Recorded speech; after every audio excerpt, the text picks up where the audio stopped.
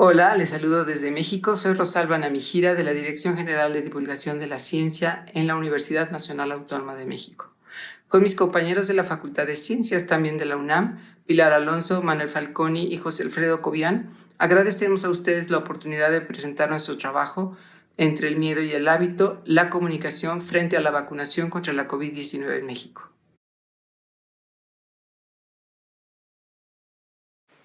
A la incertidumbre que prevaleció en el inicio de la pandemia por el desconocimiento del origen del agente causal de la misma y sus efectos en el ser humano, se agregó meses después el que algunos laboratorios decidieran utilizar una nueva técnica en la producción de vacunas a partir de la información genética del virus SARS-CoV-2 y no de todo el agente infeccioso debilitado, pues ello implicaba varios meses para su cultivo en el laboratorio y el tiempo era decisivo en el control de la pandemia. Si bien México fue uno de los primeros países en iniciar la vacunación a nivel mundial, para entonces el número de muertos rebasaba los 121,000, cifra que había sido considerada por las autoridades sanitarias de nuestro país al iniciar la pandemia como catastrófica de llegar a presentarse. La ocupación hospitalaria era del 80% en la Ciudad de México, seguida de Baja California en el noroeste del país con 77%, el Estado de México en el centro-sur con 64% y Nuevo León en el noreste con un poco más de la mitad de las camas. El rechazo a la reticencia a la vacunación ha sido considerada por la Organización Mundial de la Salud como un gran reto para la salud pública, pues en algunos países, a pesar de contarse con servicios de vacunación, la desinformación, la complacencia, la comodidad o la confianza han provocado que sigan muriendo niños por enfermedades prevenibles. Asimismo, la OMS advirtió desde el inicio de la pandemia que la desinformación, los rumores y la manipulación de la información se estaban ampliando y propagando por las redes sociales como un virus. Para entender estos problemas, el Gobierno de México informó a la población a través de 2 conferencias diarias por parte de Presidencia de la República en las mañanas y de las autoridades del sector salud por las tardes.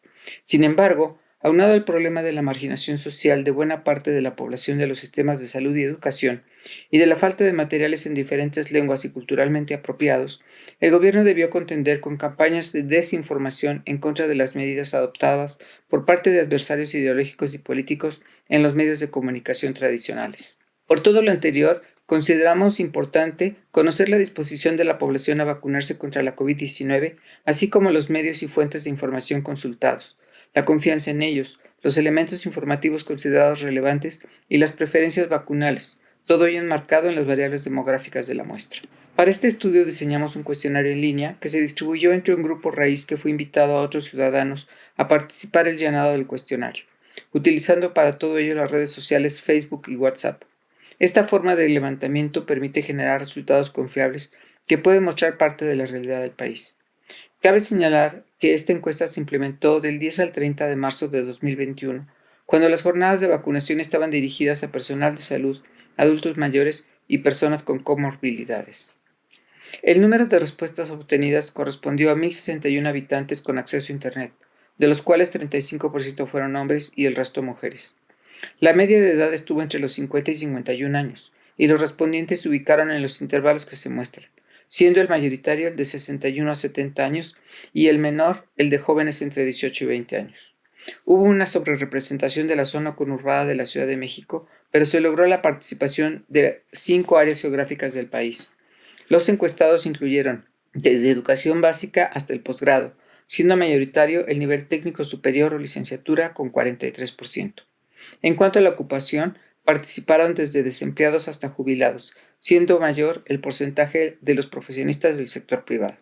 Para informarse sobre la vacunación, los diarios impresos o en línea, notas periodísticas, fueron los más importantes para los hombres con 25%, mientras que las redes sociales lo fueron para las mujeres con 22%.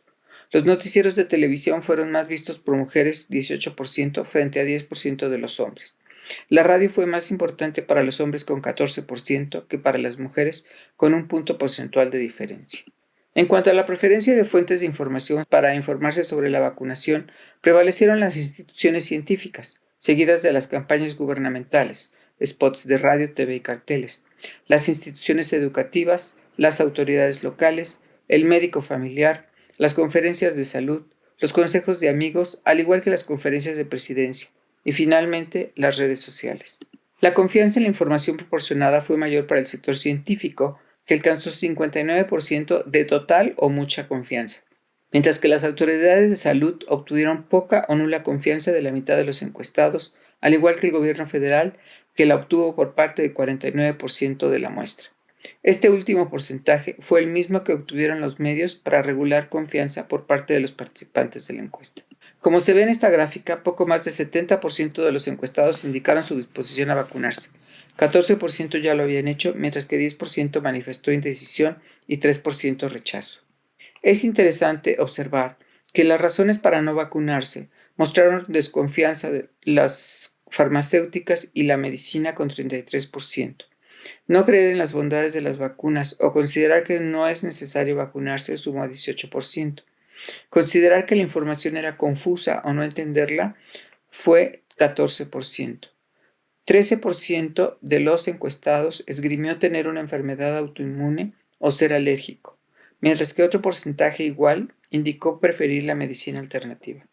Finalmente, 8% externó miedo y consideró que las noticias sobre las vacunas eran negativas.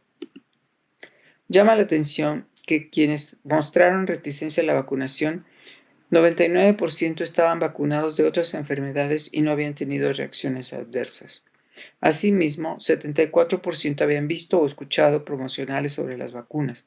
Más de la mitad vieron información en los diarios, las redes sociales y la televisión, y poco menos de la mitad vio las conferencias de la Secretaría de Salud o del Gobierno federal. Los motivos que algunos señalaron para no saber si vacunarse se relacionaron con el manejo y conservación de las vacunas, el incumplimiento del calendario de vacunación o las vacunas seleccionadas por las autoridades para inmunizar a la población. Asimismo, pusieron en duda el poco tiempo esperado para determinar la seguridad de las vacunas y conocer los posibles efectos adversos, así como la necesidad de estar mejor informados. En esta diapositiva se presenta el nivel de estudios de quienes estuvieron renuentes a vacunarse, siendo mayor de quienes los que tenían posgrado y educación superior, así como los grupos de 21 a 30 años de edad y de 51 a 60. 27% de quienes contestaron la pregunta sobre la confianza en las distintas vacunas dijeron desconfiar de todas. Estuvieron después la CanSino manufacturada en China, la Sputnik de Rusia, AstraZeneca de Reino Unido, que fue retirada después, y la Soberana de Cuba, mientras que no desconfiaron de la alemana estadounidense Pfizer ni de la estadounidense Moderna.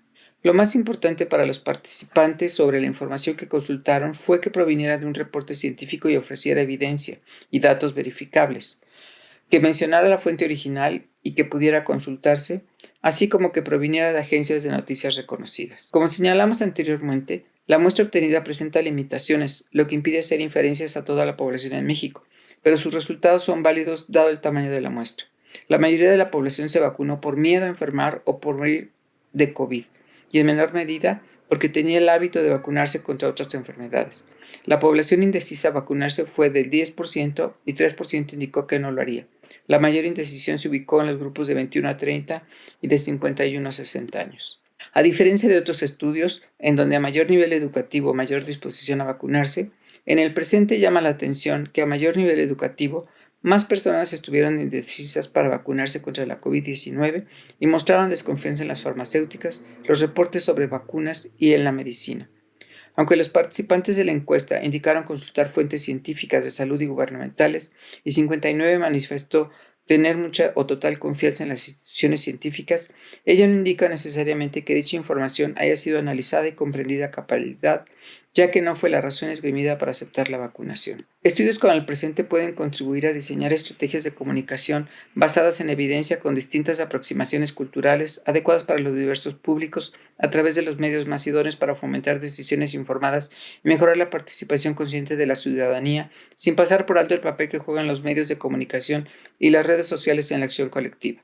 La información generalizada y poco adecuada para las distintas situaciones sociodemográficas conduce a pobres resultados y motiva al público a buscarlo en fuentes no necesariamente confiables, pero sí afines a sus creencias y expectativas, lo que ocasiona malas prácticas frente a problemas que demandan de la participación informada de todos.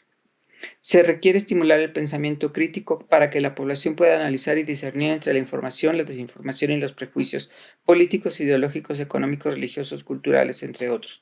Son necesarios estudios cualitativos para conocer el impacto de la comunicación pública de la ciencia en la toma de decisiones informadas, particularmente en situaciones de crisis.